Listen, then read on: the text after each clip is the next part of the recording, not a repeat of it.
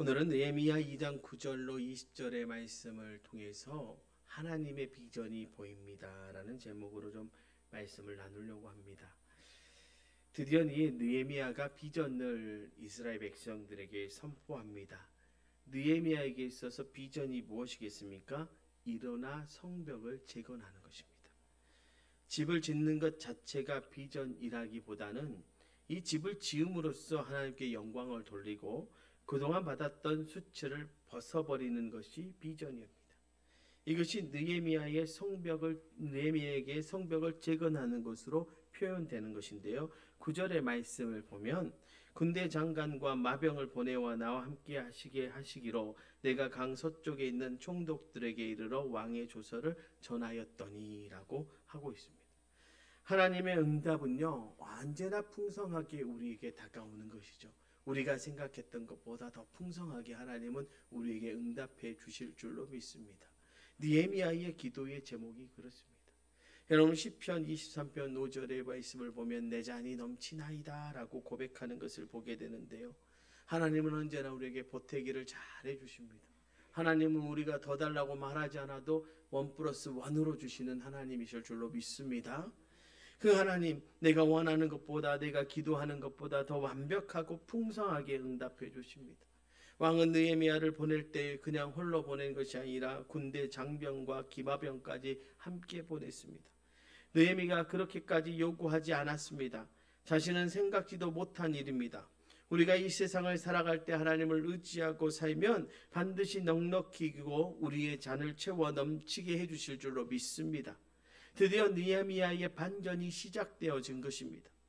일이 탄탄대로로만 성사되지 않았습니다. 비전이 이루어지는 과정에는 반드시 반대 세력과 방해하는 세력이 기다리고 있습니다. 우리는 이것을 넘어서야 합니다. 이것을 통과해야 합니다. 그래야 비전이 이루어집니다. 10절의 말씀을 보십시오.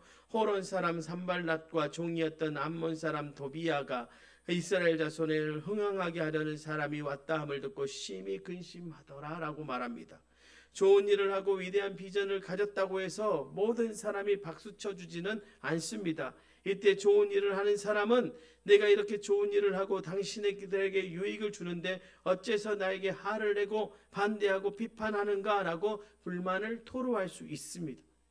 심기가 불편해지는 사람들에게 몇 가지 이유가 있는 것이죠. 먼저 자신과의 이해관계가 얽혀 있습니다. 그래서 일의 옳고 그름은 중요하지 않고 자신이 손해볼 일이면 반대하고 나서는 것입니다. 경쟁에서 뒤지고 수모를 당할 때 분노가 생깁니다. 자신의 자존심이 걸린 문제이므로 그 사람이 하는 일이라면 도시락을 싸들고 따라다니면서 말립니다. 심기가 불편해서 그 사람이 잘 되는 것이 싫어서 그 사람한테 졌다는 것이 너무나 자존심이 상해서 그럴 수 있습니다. 또한 과거에 원한이 있으면 반대합니다. 그렇기 때문에 옳은 일이어도 반대할 수 있다는 것이죠. 느헤미야는요, 이 모든 것을 예상하고 있었습니다.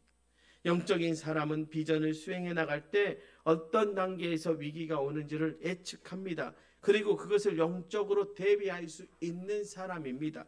반대하는 자들, 심기가 불편한 자들이 어떤 사람들이었습니까? 바로 사마리아 사람들이었습니다. 사마리아 사람들과 유대인들은 오랫동안 안숙 관계에 얽혀 있었던 사람들입니다. 종교적으로, 사회적으로, 민족적으로 서로 깊은 상처를 주고받은 그런 관계였습니다. 느헤미야가 불탄 성문과 횡파된 성벽을 재건하려고 돌아왔다는 이야기를 듣는 순간 사마리아 사람들은 자신들의 권리가 자신들이 가지고 누려왔던 것들이 침해당하고 특별히 자기 지배권이 축소당할까 봐 몹시 두려워했습니다. 그래서 악의적인 생각을 품게 됩니다. 이때 느헤미야는 적대적인 사람들을 어떻게 헤쳐나갑니까? 오늘 본문을 보면 몇 가지 사실을 발견할 수 있는데요. 오늘 본문에서 만나는 그 느헤미야의 모습을 통해서 때로는 우리의 인생 가운데 본의 아니하게 일어나는 오해와 모함 당하고 상처받을 때 우리가 어떻게 그 대적하는 사람들을 이겨나가는 그 영적인 원리를 오늘 말씀을 통해서 발견하고 느헤미야가 어떻게 그런 영적인 원리로 승리했는지를 통해 그리고 하나님의 비전을 발견했는지를 통해 우리도 우리의 삶에서 하나님의 비전을 이루어가는 우리도 주동국교의 귀한 성도님들 되시기를 주님의 이름으로 축원합니다. 먼저 우리는 침묵할 때를 아는 지혜가 있어야 합니다. 느헤미야는 기도의 사람이었습니다. 자기를 반대하는 사람들이나 불편하게 하는 사람들과 싸우려 하지 않았습니다. 여러분, 싸우지 않고 이기는 것이 진짜 이기는 것 아닙니까? 그럼 어떻게 이겼는가? 본문 11절과 12절의 말씀을 보면 이렇게 말씀하지요. 내가 예루살렘에 이르러 머무른 지 사흘 만에 내 하나님께서 예루살렘을 위해 무엇을 할 것인지 내 마음에 주신 것을 내가 아무에게도 말하지 아니하고 밤에 일어나 몇몇 사람과 함께 나갈새 내가 탄 짐승 외에는 다른 짐승이 없더라라고 말하고 있습니다. 느헤미야는 예루살렘에 도착해서 먼저 3일 동안 가만히 있었습니다. 저는 이것이 매우 지혜로운 느헤미야의 행동이었다라고 생각합니다. 그리고 먼저 정보를 수집합니다. 그것은 상황을 파악하기 위한 행동이었죠. 가만히 있는 것이 아니라 가만히 있다라고 하는 것은 남들이 볼 때 아무런 움직임이 보이지 않는 것이고요. 자기 스스로는 밤마다 나가서 예루살렘의 상황을 다 파악하고 특별히 사람들의 상황은 어떤지도 다 파악했다라고. 그래서 예루살렘의 정보를 수집해서 과연 어떻게 내가 일을 해나가는 것이 옳은지를 판단하는 것입니다. 그러면서 3일 동안 무엇 했을까? 아마도 어떻게 하면 이 길을 잘 넘길 수 있을까 고민했을 것입니다. 그러나 기도의 사람 느헤미야였기 때문에 그런 고민만 한 것이 아니라 그 문제를 들고 기도하면서 하나님 앞에 나가고 하나님이 말씀하시기를 기도했어요. 아마 필요하면 금식도 했을 것입니다. 그러던 중에 느헤미야는 3일이 지난 밤중에 몇 사람을 데리고 순찰을 나가야겠다는 생각을 했습니다. 이때 그는 자신의 생각에 대해 어느 누구에게도 말하지 아니하고 침묵했습니다. 그저 조용히 한번 나갔다 오자라고 말합니다. 저와 여러분은 어떻습니까? 조그마한 아이디어가 생기면 기가 막힌 영감이라고 쉽게 말해버립니다. 그러나 느헤미야는 그렇게 하지 않았습니다. 사람들에게 설명하지도 않았고 중무장도 하지 않았고 화려한 행차도 하지 않았습니다. 낮에 순찰한 것도 아니고 캄캄한 밤에 몇 사람을 데리고 예루살렘 성벽을 시찰했습니다. 여기서 우리는 느헤미야의 지혜와 침묵을 배워야 합니다. 느헤미야는 자신이 타고 갈 말 외에는 아무것도 동행하지 않았습니다. 여러분, 우리는 어떻습니까? 대부분 말을 함부로 해서 화를 부를 때가 많습니다. 과장된 말이나 거짓말, 불필요한 말을 해서 이를 그르치기도 합니다. 하지만 느헤미야는요, 자기가 시찰하는 것을 동료들이나 행정관들에게 말하지 않았습니다. 드디어 느헤미야는 한밤중에 직접 정찰을 나갑니다. 여기서 우리는 느헤미야의 불굴의 용기를 엿보게 되는데요. 성벽의 길이가 2.4에서 4km 정도 되는 굉장한 크기였고 파괴 정도는 아주 심각했습니다. 성벽을 쌓았던 돌들은 무너지고 굴러서요 골짜기로 다 내려가 있었습니다. 거기를 시찰한다는 것 자체가 어쩌면 그것도 캄캄한 밤에 낮이 아닌 캄캄한 밤에 움직인다는 것은 어쩌면 위험한 일이었을 것입니다. 그리고 사람들이 가만히 있었겠습니까? 저가 어떻게 하는가 산발락과 도비야와 그 무리 일당들이 지켜보고 있지 않았겠습니까? 그러니까 어쩌면 한밤중에 시찰하는 것이 그에게 지혜였고 용기가 필요한 행동이었습니다. 여러분 생각해 보세요. 그리고 그 골짜기로 내려간 돌들을 다시 끌어올리려면 얼마나 큰 힘이, 얼마나 많은 사람들이 필요했겠습니까? 뭐 요즘과 같은 중장비 기기가 있어서 요즘은 끌어올리기는 너무나 쉽지만 그 당시 그런 도구가 있으니 만무하지 않습니까? 모든 것을 사람의 손으로 옮기고 들어 올려야 했습니다. 그리고 더 중요한 것, 그 당시 이스라엘 백성들의 상황이에요. 그들이 뭔가를 해볼 상황 속에 있었습니까? 그들은 좌절감에 빠져 있었습니다. 그들은 상실감에 빠져 있었습니다. 그 이유가 무엇입니까? 제1차 포로 기한 중에 성전 재건을 하다가 중단된 일이 발생했어요. 야, 우리는 뭘 해도 안 되는 인생인가 봐. 우리 민족은 이것이 끝인가 봐. 그들 그런 생각 속에 있지 않았겠습니까? 그들은 그저 무너진 성벽과 불탄 성문과 해파된 성전을 보면서 그저 눈물 흘리는 것이 그들이 할 수 있는 일이었습니다. 그저 지나가면서 한숨을 푹 쉬고 가슴 치는 일 정도 하는 것이 그들이 할 수 있는 일이었습니다. 또한 방해꾼들이 나타나서 왕들에게 저들이 반란을 일으키기 위해 성전을 건축한다고 모함도 받은 상황이었습니다. 그리하여 왕이 친서를 내려 성전 건축을 못하게 막았던 상황 아닙니까? 이런 과정을 거친 이스라엘 사람들의 마음속에 실패에 대한 상처, 절망감이 있었을 것입니다. 아무리 애써도 안 된다는 절망이 그들을 에워싸고 있었던 것입니다. 다시 해본들 무슨 소용이냐는 절망. 정말 이것은 무서운 것입니다.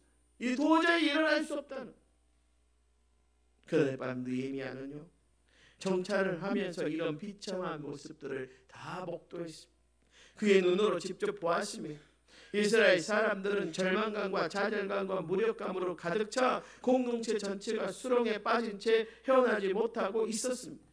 13절로 15절의 말씀을 보십시오. 그 밤에 골짜기 문으로 나가서 용종으로 분문에 이르는 동안에 보니 예루살렘 성벽이 다 무너졌고 성문은 불탔더라. 앞으로 나아가 샘문과 왕의 못에 이르러서는 탄 짐승이 지나갈 곳이 없는지라. 그 밤에 시내를 따라 올라가서 성벽을 살펴본 후에 돌아와서 골짜기 문으로 돌아왔으나 아무것도 없었다는 거예요. 느헤미야는 골짜기로 내려갔습니다. 성문은 다 무너졌고 성문은 불타 있었습니다. 성벽은 무너져 있었습니다. 또한 샘물과 왕의 문을 가봤더니 너무나 비좁아 말을 타고 갈 수도 없었습니다. 말 한 마리도 제대로 지나갈 수 없을 정도로 해파된 곳입니다. 느헤미야는 밤에 시내를 따라 올라가면서 성벽을 살피고 골짜기 문을 지나 다시 돌아왔습니다. 그는 밤에 등산하듯이 말 한 마리를 끌고 현장을 확인한 것입니다. 그런데 관리들은 느헤미야가 어디로 갔는지를 몰랐습니다. 그는 유다 사람들이나 제사장이나 귀족들이나 관리는 물론 그 일을 하게 될 사람들에게까지도 아무 말도 하지 않았습니다. 16절을 보면 그것이 기록되어져 있죠. 방백들은 내가 어디에 갔으며 무엇을 하였는지 알지 못하였고 나도 그 일을 유다 사람들에게나 제사장들에게나 귀족들에게나 방백들에게나 그 외에 일하는 자들에게 알지 아니하다가. 이것이 바로 느헤미야의 침묵의 지혜입니다. 정말 우리가 큰 일을 할 사람들이라면 우리는 입을 조심해야 합니다. 입을 조심해야 합니다. 마음에 품은 생각들을 갑자기 내뱉지 않아야 합니다. 제가 우리도 조동복교에 와서 간증할 거리가 많다라고 말씀드렸잖아요. 그런데 그 간증의 내용들을 보면 제가 말하지 않아도 하나님이 일하신 것을 경험했던 적이 많습니다. 하나님이 일을 해나가신 것을 눈으로 보게 하신 것들이 많았습니다. 그 일들이 된 뒤에 제가 말하는 사건들이 많이 우리 교회 안에 있었어요. 저는 우리 사랑하는 성도들이 어떤 일을 앞두고 여러분이 기도했다면 때로는 하나님이 그 일을 해나시기까지 참고 인내하며 침묵하며 하나님을 바라볼 수 있는 믿음이 저와 여러분에게 있기를 주님의 이름으로 축원합니다. 또 여러분의 인생에 고난이 다가왔다면 오늘 느헤미야와 같은 지혜가 있기를 주님의 이름으로 부탁을 드립니다. 때로는 침묵이 금이다라고 하는 말이 정확하게 우리의 삶 가운데 맞을 때가 있습니다. 그러나 놀라운 것은 우리가 침묵할 때 하나님은 일하신다는 사실. 여러분 여리고의 사건을 기억하십시오. 그들은 침묵했지만 하나님은 일하고 계셨습니다.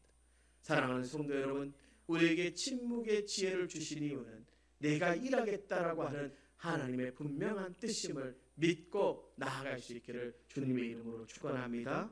두 번째로, 나의 비전이 우리의 비전으로 바뀌어야 한다. 느헤미야에게서 발견되는 또 하나는 바로 비전의 선포였습니다. 성문을 관찰하고 난 느헤미야는 다음날 사람들을 모아놓고 이야기합니다. 17절의 말씀입니다. 후에 그들에게 이르기를 우리가 당한 공경은 너희도 보고 있는 바라. 예루살렘이 황폐하고 성문이 불탔으니 자 예루살렘 성을 건축하여 다시 수치를 당하지 말자 하고. 느헤미야는 자신의 비전을 시작하기 전에 이 일에 참여할 사람들을 먼저 모아 이야기하기 시작했습니다. 이야기의 시작은 현실을 인정하는 것. 지금 우리의 현실이 이렇다는 것을 직시하게 하는 것입니다. 모든 사람들의 비참함과 무기력함에 빠져 있음을 이야기하자 사람들은 공감하며 느헤미야의 이야기에 마음의 문을 열고 귀를 기울였습니다. 이처럼 느헤미야는요, 일을 하기 전에 사람들에게 동기부여를 해주었습니다. 우리가 어떤 일을 할 때에 충분한 의사소통과 동기부여 없이 하게 되면 사람들이 수동적으로 될 수밖에 없습니다. 그러나 설득하고 동기부여를 충분히 하면 사람들이 적극적으로 따라오게 되어 있습니다. 무슨 일을 밀어붙이기만 하면 안 됩니다. 시간이 걸리더라도 설득과 동기부여가 필요합니다. 느헤미야는 일어나 사람들을 설득시키고 동기부여를 해주었습니다. 여기서 한 가지 더 느헤미야의 태도를 보면 그 말하는 때가 가장 적절한 때였다. 그런 적당한 때에 말을 했습니다. 설득도 동기부여도요, 아무 때나 한다고 다 먹히는 것이 아닙니다. 적당한 때가 있고 그 때를 골라서 사전에 충분히 정보를 파악해서 현재 상황을 진실되게 이야기해야 할 줄로 믿습니다. 마지막으로 느헤미야가 정말로 잘한 것은 백성들의 마음에 있는 애국심과 하나님을 사랑하는 신앙에 호소했다라고 하는 것이죠. 모든 사람들이 자기 자신의 나라를 사랑하고 지키려고 합니다. 거룩한 애국심은 누구에게나 있는 것입니다. 느헤미야는 이런 애국심에 호소를 했습니다. 또한 하나님께서 우리가 당하는 수치를 어떻게 보고 계시는지를 생각하게 하고 믿음과 신앙심을 불러일으켰습니다. 느헤미야는 담대한 목소리로 외쳤습니다. 자, 이제 우리가 예루살렘 성벽을 재건합시다. 불가능해 보이는 일이지만 불가능하지 않습니다. 우리 가운데 무력감이 있지만 그 무력감에 머물러 있어서는 안 됩니다. 우리는 할 수 있습니다. 자, 일어서십시오. 나아가십시오. 그리고 성문을 쌓읍시다라고 외쳤던 것입니다. 느헤미야는 백성들에게 위로와 희망을 주었습니다. 본문 18절의 말씀이에요. 또 그들에게 하나님의 선한 손이 나를 도우신 일과 왕인에게 이런 말씀을 전하였더니 그들의 말이 일어나 건축하자 하고 모두 힘을 내어 이 선한 일을 하려 하매라고 기록하고 있지 않습니까? 그들의 선한 일을 시작했습니다. 느헤미야는 백성들에게 두 가지를 더 이야기합니다. 이 일은 하나님이 허락하신 이름을 강조했습니다. 하나님의 의로운 손길이 함께하고 왕도 허락한 일이라고 말하니 이스라엘 백성들은 더 이상 주저할 이유가 없었습니다. 그들은 대답합니다. 우리가 무너진 성벽과 불탄 성문을 재건합시다. 사람들은 함성을 지르고 동의를 하기 시작했습니다. 하나님이 맡기신 큰 일을 하려면 느헤미야처럼 해야 할 줄로 믿습니다. 몇 단계를 거친 치밀한 계획과 기도와 철저한 정보 수집, 현장 조사, 그리고 신중함과 침묵, 대중을 설득하는 능력이 필요한 것입니다. 그리고 마지막으로 가장 중요한 것이 있습니다. 그것은 하나님의 허락하심. 하나님이 허락하신 일이기에 이스라엘 백성들의 마음이 절망에서 희망으로, 무력감에서 용기로 변한 것입니다. 사람이 마음만 먹으면 못할 것이 없습니다. 세상을 뒤엎을 수도 있습니다. 나이가 많아 돈이 없다는 말은 핑계에 불과합니다. 마음속에 하나님을 향한 결심과 나라를 사랑하는 마음만 있으면 못할 것이 없지요. 그것이 바로 비전 아닙니까? 그런데 비전을 때로는 반대와 모함에 부딪힐 수 있습니다. 그래서 우리는 이런 일에 부딪히게 될 것을 각오할 필요가 있지요. 하나님의 일이라고 하더라도요, 분명히 반대에 부딪힐 수 있습니다. 19절의 말씀입니다. 호론 사람 산발락과 종이었던 암몬 사람 도비야와 아라비아 사람 겟셈이 이 말을 듣고 우리를 업신여기고 우리를 비웃어 이르되 너희가 하는 일이 무엇이냐? 너희가 왕을 배반하고자 하느냐 하기로. 이것이 하나님의 선한 일이라고 하더라도요, 분명히 반대하는 사람이 있습니다. 우리는 살아가면서 이 비판을 피해갈 수는 없습니다. 언제든지 어느 때든지 무슨 일을 하든지 비판을 당하고 모함을 받게 됩니다.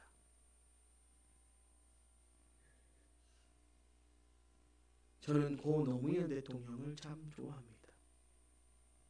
고 노무현 대통령이 경선을 치르던 때에 수없이 많은 비판을 받았지만 그 중에 한 가지가 뭐였냐면 그때 영부인과 부인과 관련된 일이었습니다. 그 부인이 빨치산의 후예라는 거예요. 그 비판에 직면했을 때 저는 아직도 그 연설을 잊지 못합니다.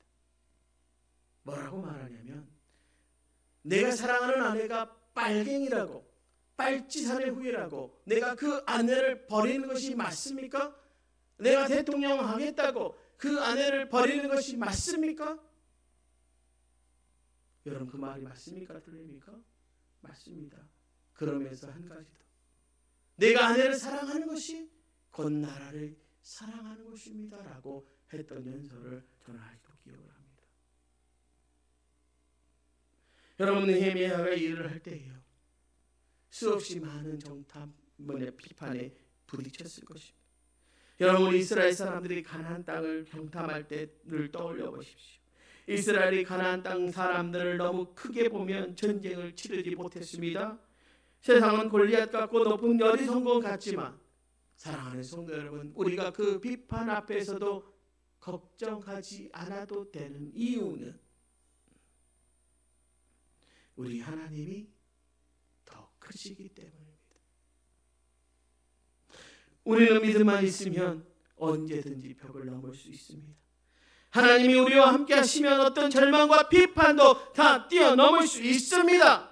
반대 세력에 대한 느헤미야의 대답을 보십시오. 얼마나 확실하고 분명하게 말합니까? 20절 말씀이요. 내가 그들에게 대답하여 이르되 하늘의 하나님이 우리를 형통하게 하시리니 그의 종들인 우리가 일어나 건축하려니와 오직 너희에게는 예루살렘에 아무 기업도 없고 권리도 없고 기억되는 바도 없다라고 말하고 있습니다.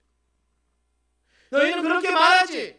우리가 못할 거라고 말하지. 너희는 비웃으면서 마치 그 일이 왕에게 반역하는 것처럼 우리를 모함하려고 하지. 그러나 이 일은 하나님이 허락하신 일이고 하나님이 우리를 형통하게 하신 일이기에 우리는 일어나 건축하게 되어 있다라고 말하면서 하는 말이 너희는 그 일에 어떤 이야기도 어떤 기업도 어떤 이득도 어떤 이익도 취하지 말라고 말하고 있다라고 하는 것입니다.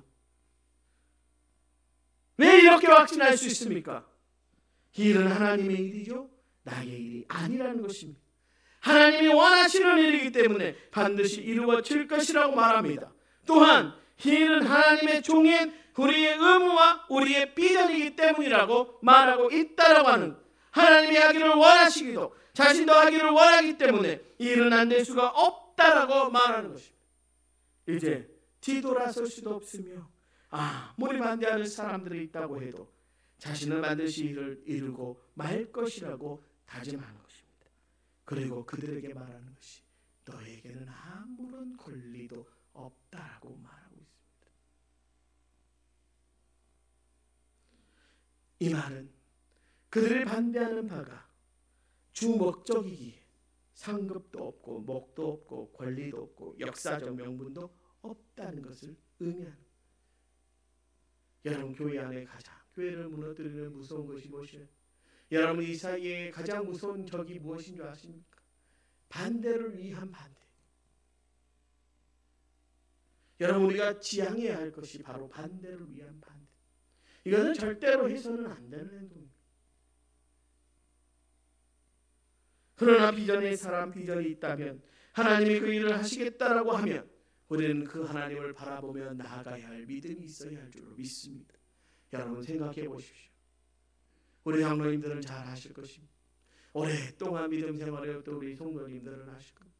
우리 도초동국교회가 부흥할 만한 위치에 있습니까? 부흥할 만한 자리에 있습니까? 이 마을이 도초 안에서 가장 큰 마을입니까? 인구가 많이 모여있는 마을입니까? 그런데 왜 교회가 될까요? 저는 믿습니다. 하나님이 그렇게 하셨다는 것. 앞으로도 하나님이 그렇게 하실 것입니다. 여러분의 기업을 돌아보십시오. 여러분이 하나님의 사람이고 하나님의 비전을 가진 사람이라면 여러분의 기업은 잘 될 수밖에 없습니다. 여러분의 가정은 잘 될 수밖에 없습니다. 여러분의 공동체는 잘 될 수밖에 없습니다. 여러분의 자녀들은 잘 될 수밖에 없습니다. 여러분이 하나님의 비전을 보고 하나님의 일하심을 바라본다면 여러분의 자리는 잘 될 수밖에 없다라고 하는 사실을 분명히 오늘 말씀을 통해 하나님이 저와 여러분에게 보여주실 줄로 믿습니다. 그러니 여러분의 기업을 보면서 여러분의 자녀들을 보면서 여러분의 가정을 보면서 여러분의 마을을 보면서 여러분의 공동체를 보면서 하나님의 비전을 보는 저와 여러분 되시기를 주님의 이름으로 축원합니다. 때로는 우리가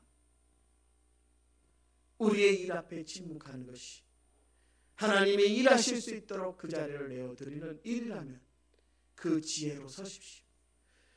그리고 하나님의 일하심을 바라보십시오.